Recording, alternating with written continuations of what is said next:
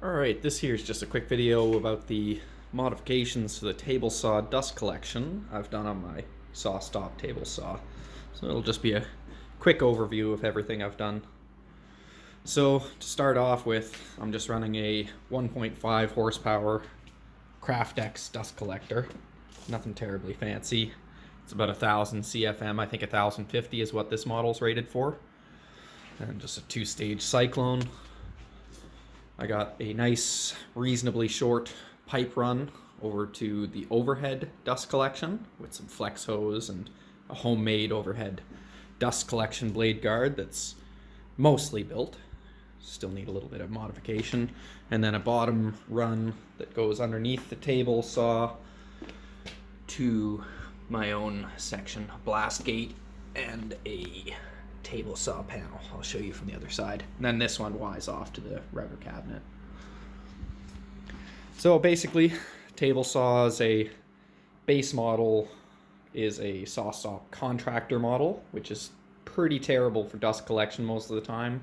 I think most people that have it find that the dust shroud doesn't really do all that great. So I've done lots of modifications to it, obviously. Put my own table saw slider on that accepts a miter gauge, router wing, and the outfeed table along with the mobile cart. So I built my own overhead collection with aluminum, but these are sold as well. You can buy them anywhere or just use the factory one and attach a vacuum to it. This just fit my needs better. So overhead collection is definitely good for catching all your overhead table units. And then for underneath, get underneath the saw here. So I made my own MDF panel that fits around the motor. And then underneath I removed my factory shroud and got one of those table saw dust collection shrouds. A little piece of thin plywood that was just scrap material, and used self-tapping screws to screw it all in.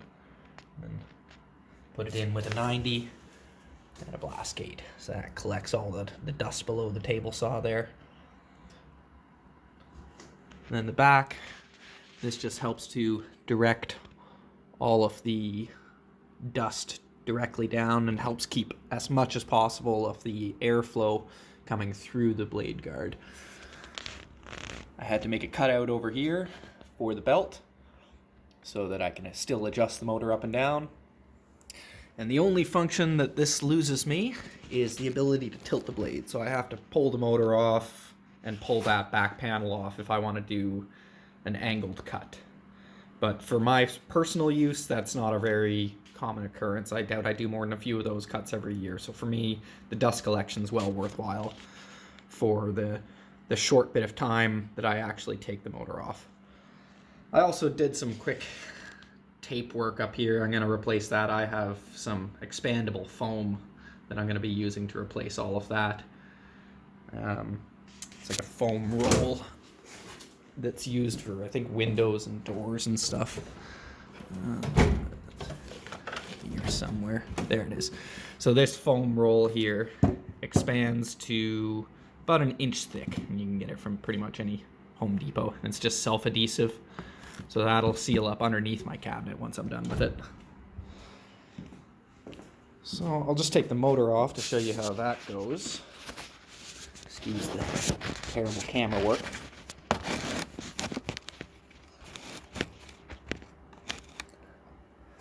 So to take the motor off and pull this plate off if I need to, I simply tilt the motor up a little bit.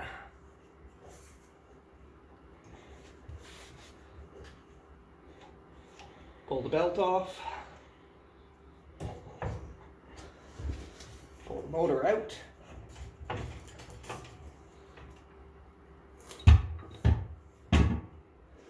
And then I have this on some rare earth magnets. So you can see now that cabinet is collecting any and all the dust. And then this here is the cutout. So this here is for the motor mount. This here is for the main mounting plate that goes here. This is for the extension cords. And this here is for the belt. And then I just milled in a few little rare earth magnets and put some tape on it while it dried. That can come off now.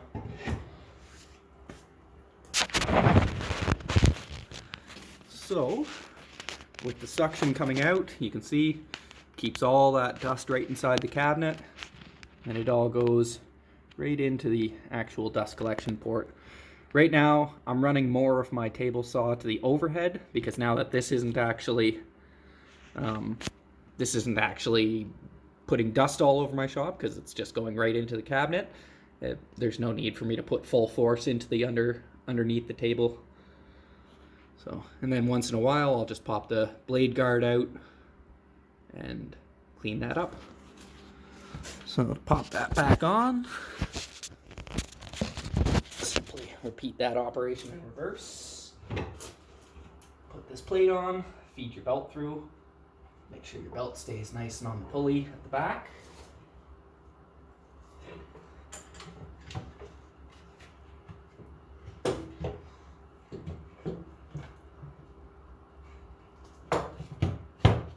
That's a nice tight fit there. Install your motor.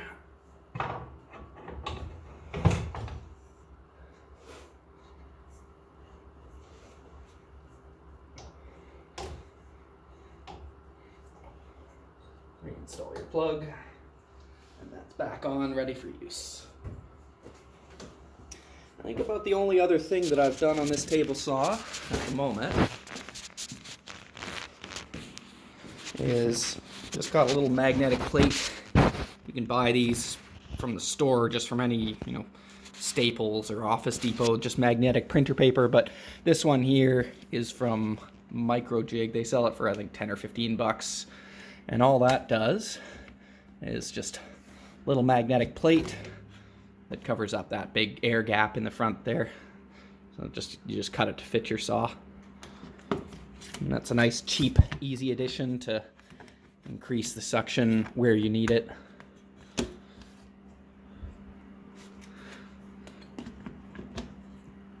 There. So yeah, that's the bulk of the dust control measures. Just try to keep piping as short as possible and as little flex hose as possible. And that's about it.